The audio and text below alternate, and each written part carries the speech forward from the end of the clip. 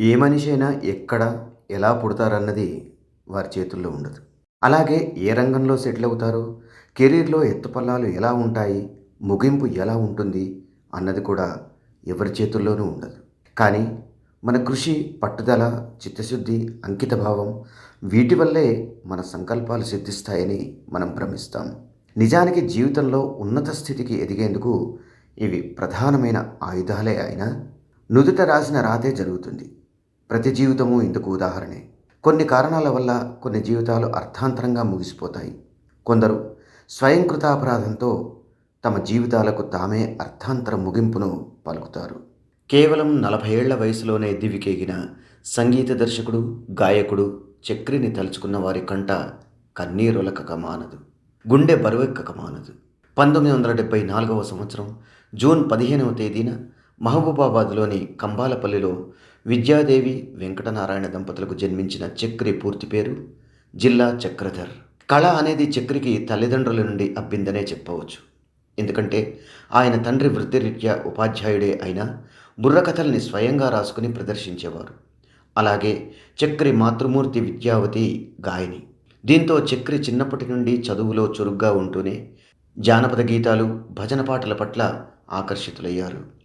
అంతేగాక వివేకానందుడి ప్రభావం కూడా ఆయనపై ఎక్కువగానే ఉండేది. దీనివల్లే నలుగురికి సాయపడ్డం లాంటి మంచి పనులు చిన్నప్పటి నుండే చేసేవారు చక్రి. కొడుకు మనోభీష్టాన్ని గౌరవించి తల్లిదండ్రులు కూడా బాగా ప్రోత్సహించారు. కంబాలపల్లిలో 10వ తరగతి వరకు చదువుకున్న చక్రి అక్కడే ఫ్లూట్ నేర్చుకున్నారు. ఇంటర్మీడియట్ నుండి డిగ్రీ వరకు మహబూబాబాద్లో చదువుతున్నప్పుడు వయోలిన్, కర్ణాటక సంగీతాల్ని అభ్యసించారు. అప్పట్లో మహబూబాబాద్ చుట్టుపక్కల ఎలాంటి కార్యక్రమాలు జరిగినా చక్రి సంగీత విభావరి ఉండాల్సిందే. చక్రి ట్రూప్ పేరు సాహితీ కళాభారతి. డిగ్రీ ఫైనల్ ఇయర్ చదువుతున్నప్పుడు కళాశాల వార్షికోత్సవం సందర్భంగా ఏర్పాటు చేసిన ఓ కార్యక్రమంలో ఒకే జాతి మనదిరా, ఒకే బాట మనదిరా అనే పాటను చక్రి స్వయంగా రాసి స్వరపరిచి ఆలపిస్తే కాలేజ్ ఆడిటోరియం అంతా కరతాళ ధ్వనులతో మార్మోగిపోయింది. చక్రి ప్రతిభను గమనించిన స్నేహితులందరూ నువ్వు ఉండాల్సింది ఇక్కడ కాదు, నీ పాట ఊళ్ళల్లో జరిగే శుభకార్యాలకు పరిమితం కాకూడదు, తెలుగు సినీ సంగీతాన్ని శాసించే సత్తా నీలో ఉంది, నువ్వు హైదరాబాద్ వెళ్ళు అంటూ బతిమాలారట. చక్రి మాత్రం వారి మాటల్ని పెద్దగా పట్టించుకోలేదు. చక్రిని టీచర్గా చూడాలనేది తండ్రి ఆకాంక్ష.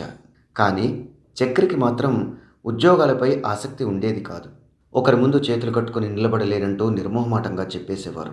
ఏదైనా వ్యాపారం చేస్తే 10 మందికి పని కల్పించవచ్చు కదా అనుకొని ఓ రెడీమేడ్ బట్టల దుకాణం పెట్టడానికి సమాయత్తమయ్యారు. అయితే చక్రి బట్టల దుకాణం పెట్టడం ఫ్రెండ్స్కి ఇష్టం లేదు. వాళ్ళు మాత్రం హైదరాబాద్కి వెళ్ళమని పట్టుపట్టగా ఎట్టకేలకు హైదరాబాద్ బస్ ఎక్కారు చక్రి. తొలి రోజుల్లో హైదరాబాద్ మహానగరం ఆయనకు అగమ్య గోచరంగా అనిపించింది. ఏం చేయాలో తెలియక ఫిల్మ్ నగర్ అంతా తిరిగారు. చివరకు 10,000 ఖర్చు పెట్టి పండు వెన్నెల అనే మ్యూజిక్ ఆల్బమ్ చేశారు. దానికి పేరైతే వచ్చింది కానీ డబ్బు మాత్రం రాలేదు. దాంతో చేసేది లేక భుక్తి కోసం ప్రైవేటు ఉద్యోగాలు కూడా చేశారు. పండు వెన్నెల స్ఫూర్తితో ఖాళీ దొరికినప్పుడల్లా ఏదో ఒక ప్రైవేట్ ఆల్బమ్స్ చేస్తుండేవారు చక్రి. అలా 3 ఏళ్లలో 30 మ్యూజిక్ ఆల్బమ్స్ చేశారు. చక్రి జీవితంలో మేలిమలుపు చిరునవ్వు మ్యూజిక్ ఆల్బమ్. సనా ఆడియో వారు చిరంజీవి పుట్టినరోజు ప్రత్యేకంగా ఓ ఆల్బమ్ చేయాలనుకుని చక్రిని సంప్రదించారు. స్వతహాగా చిరంజీవి వీరాభిమాని అయిన చక్రి ఆ ఆల్బమ్ చేయడానికి అంగీకరించారు. చిరంజీవి పాత పాటలనే రీమిక్స్ చేసి ఆల్బమ్ చేయాలనేది సనా ఆడియో వారి ఆలోచన. అయితే చక్రి మాత్రం అందుకు ససేమిరా అన్నారు. తానే స్వయంగా రాసి స్వరపరుస్తానని చెప్పి 8 పాటలతో చిరునవ్వు ఆల్బమ్ని రూపొందించారు. ఆ ఆల్బమ్ విన్న చిరంజీవి చక్రిని ఎంతో మెచ్చుకున్నారు. ఆ ఆల్బంలోని పాటల్ని చల్లగాలి అనే కలం పేరుతో చక్రి రాశారు. చక్రి మంచి గీత రచయిత కూడా. చిరునవ్వు పుణ్యమా అనే చక్రికి సినిమా అవకాశాలు రావడం మొదలైంది. అరంగేట్రం పెద్ద సినిమాతో చేయాలనుకున్న చక్రి చిన్న సినిమా అవకాశాలన్నీ తోసిపుచ్చారు. తప్పక ఒప్పుకున్న 2-3 చిన్న సినిమాలు విడుదలకు నోచుకోలేదు. చివరకు 2000 సంవత్సరంలో పూరి జగన్నాథ్ రూపొందించిన బాచీ చిత్రంతో సంగీత దర్శకుడిగా చక్రి సినీ సంగీత ప్రస్థానం మొదలైంది. ఏ సంగీత దర్శకుడి వద్ద సహాయకుడిగా పనిచేయకుండానే సంగీత దర్శకుడైన ఘనత చక్రికి దక్కింది. ఆ తర్వాత పూరి జగన్నాథ్ దర్శకత్వం వహించిన అనేక చిత్రాలకు చక్రి సంగీతాన్ని అందించారు. అంతకుముందే పిల్లలు కాదు పిడుగులు చిత్రంలోని ఒక పాటకు సంగీతాన్ని అందించారు. దేనికైనా రెడీ చిత్రంలోనూ 3 పాటలకు చక్రి సంగీతాన్ని అందించారు. సత్యం సినిమాకు ఉత్తమ గాయకుడిగా ఫిల్మ్‌ఫేర్ అవార్డును, సింహ సినిమాకు నంది అవార్డును అందుకున్నారు.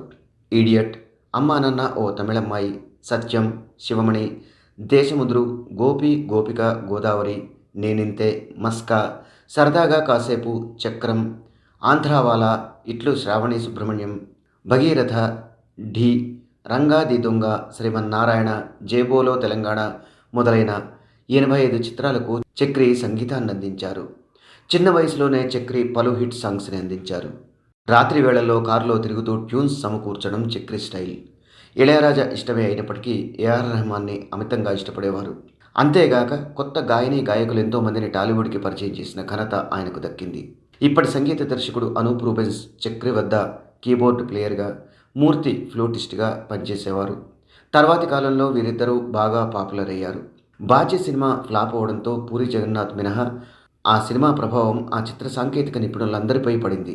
దాంతో పూరి తదుపరి చిత్రం 'ఇట్లు శ్రావణి సుబ్రహ్మణ్యం'కి చక్రిని తీసుకోవద్దని నిర్మాత పట్టుబట్టారు. కానీ పూరి నిర్మాతను వదులుకున్నారే తప్ప చక్రిని మాత్రం వదల్లేదు. అందుకే చక్రి పూరి జగన్నాథ్‌ని గాడ్‌ఫాదర్‌గా భావించేవారు. అదే కథతో మరో నిర్మాతకు సినిమా చేసి పెట్టారు పూరి. వారిద్దరి కాంబినేషన్‌లో వచ్చిన సినిమాలన్నీ దాదాపు మ్యూజికల్ హిట్సే. పూరి జగన్నాథ్, చక్రి, భాస్కర్ భట్ల, పెద్దాడమూర్తి కాంబినేషన్ కొంతకాలం వెలిగిపోయిందనే చెప్పాలి. వంశీ, ఇళయరాజా కాంబినేషన్‌ని ఇష్టపడని వారుండరు. వంశీ అభిరుచికి తగ్గట్టుగా ఇళయరాజా మాత్రమే సంగీతాన్ని అందించగలరనేది చాలామంది అభిప్రాయం. కానీ అవును, వాళ్ళిద్దరూ ఇష్టపడ్డారు సినిమాతో తను వంశీ అభిరుచికి తగ్గ సంగీతాన్ని అందించగలనని నిరూపించారు చక్రి. 'వెన్నెల్లో హాయ్ హాయ్ మల్లెల్లో హాయ్ హాయ్' అంటూ సంగీత ప్రియులను వెన్నెల్లో ఓలలాడించేశారు. వంశీ, చక్రి కాంబినేషన్‌లో వచ్చిన చిత్రాలు మ్యూజికల్ బ్లాక్ బస్టర్ కావడం విశేషం. ముఖ్యంగా 'గోపి గోపిక గోదావరి' చిత్రంలోని 'నువ్వక్కడుంటే నేనిక్కడుంటే ప్రాణం విలవిల' పాటైతే మొబైల్స్‌లో కాలర్ ట్యూన్‌గా మోతమోగింది. దాదాపు 150 పాటలు పాడారు చక్రి. సత్యం సినిమా కోసం ఆయన పాడిన 'ఓ మగువా నీతో స్నేహం కోసం' పాటకు గాయకుడిగా ఫిల్మ్‌ఫేర్ అవార్డును, సింహ సినిమాకి సంగీత దర్శకుడిగా నంది అవార్డును అందుకున్నారు చక్రి. సత్యం, ఎవడైతే నాకేంటి, రంగా ది దొంగ తదితర చిత్రాల్లో నటించారు కూడా. చక్రి తండ్రి వెంకటనారాయణకు దేశభక్తి, దైవభక్తి మెండు. ఈ విషయంలో కూడా తండ్రికి ఏమాత్రం తగ్గరు చక్రి. తన పుట్టినరోజైన జూన్ 15వ తేదీన వివిధ సేవా కార్యక్రమాలను జరిపేవారు. రక్తదానాలు, అన్నదానాలు, పండ్ల పంపిణీ ఇలా ఆయన అభిమానుల హడావిడి ఆ రోజున అంతా ఇంతా ఉండేది కాదు. చక్రి సంగీతాన్ని అందించిన చివరి చిత్రం 'ఎర్రబస్సు'. నిజానికి చక్రి సున్నిత మనస్కుడే అయినా సినీ సీమలో అందుకున్న సక్సెస్లతో ఆయన లైఫ్ స్టైల్ మారిపోయింది. ముందు నుండి కాస్త బొద్దుగానే ఉన్న చక్రి తర్వాతి రోజుల్లో మందు, నాన్ వెజ్ అలవాట్లతో అర్ధరాత్రి బిర్యానీలతో స్థూలకాయాన్ని నిర్లక్ష్యం చేశారు. దీంతో పాటు గాయని కౌసల్యతో చక్రికి ఎఫైర్ ఉందని, అందుకే తన ప్రతి సినిమాలోనూ పాటలు పాడిస్తారనే పుకారు అప్పట్లో బాగా వినిపించింది. చక్రి 2 పెళ్లిళ్లు చేసుకున్నారు. మొదటి భార్యకు కేవలం 2 నెలల వ్యవధిలోనే విడాకులిచ్చేశారు.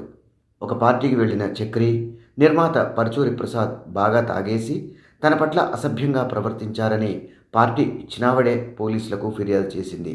ఆ తర్వాత తను మద్యం మత్తులో తప్పుగా ప్రవర్తించానని చక్రి సారీ చెప్పినప్పటికీ పరుచూరి ప్రసాద్ సారీ చెప్పకపోవడంతో ఆ కేసు కొంతకాలం కొనసాగింది. ఇది జరిగిన సంవత్సరానికి చక్రి తిరిగిరాని లోకాలకు వెళ్ళిపోయారు. అయితే చక్రి మరణం తర్వాత కుటుంబంలో గొడవలు జరిగాయి. కుటుంబ సభ్యులు మీడియా ముందుకొచ్చారు. రాత్రి వేళ ఛాతీలో నొప్పిగా ఉందంటే అపోలో ఆసుపత్రికి తీసుకెళ్లగా చక్రి అప్పటికే మరణించినట్టు డాక్టర్లు చెప్పారని ఆయన సతీమణి అంటే, ఆవిడే విషప్రయోగం చేసి చక్రిని పొట్టనబెట్టుకుందని చక్రి మాతృమూర్తి, సోదరుడు ఆరోపించారు. మరోవైపు తన భర్తను అత్త, మరిది చంపేశారని చక్రి ధర్మపత్ని అన్నారు. చక్రి మృతదేహం మాత్రం నీలంతో కూడిన నలుపు రంగులోకి మారిందనే మాట అప్పట్లో వినిపించింది. ఏదేమైనా సంగీతం పట్ల ఉన్న అమితమైన మక్కువతో సంగీత దర్శకుడిగా, గాయకుడిగా తారాస్థాయికి చేరుకున్న చక్రి కేవలం 40 ఏళ్ల అతి పిన్న వయసులోనే అర్థాంతరంగా అసూలుబాయడం అత్యంత బాధాకరమైన విషయం. చూశారుగా, ఈ వీడియో కనుక మీకు నచ్చినట్టయితే లైక్ చేయండి, షేర్ చేయండి. కామెంట్స్ రూపంలో మీ అమూల్యమైన అభిప్రాయాన్ని తెలిపి మమ్మల్ని ప్రోత్సహించడం మాత్రం మర్చిపోకండి. ఇలాంటి మరిన్ని ఇంట్రెస్టింగ్ అప్డేట్స్ కోసం మా ఛానల్ని సబ్స్క్రైబ్ చేసుకోండి.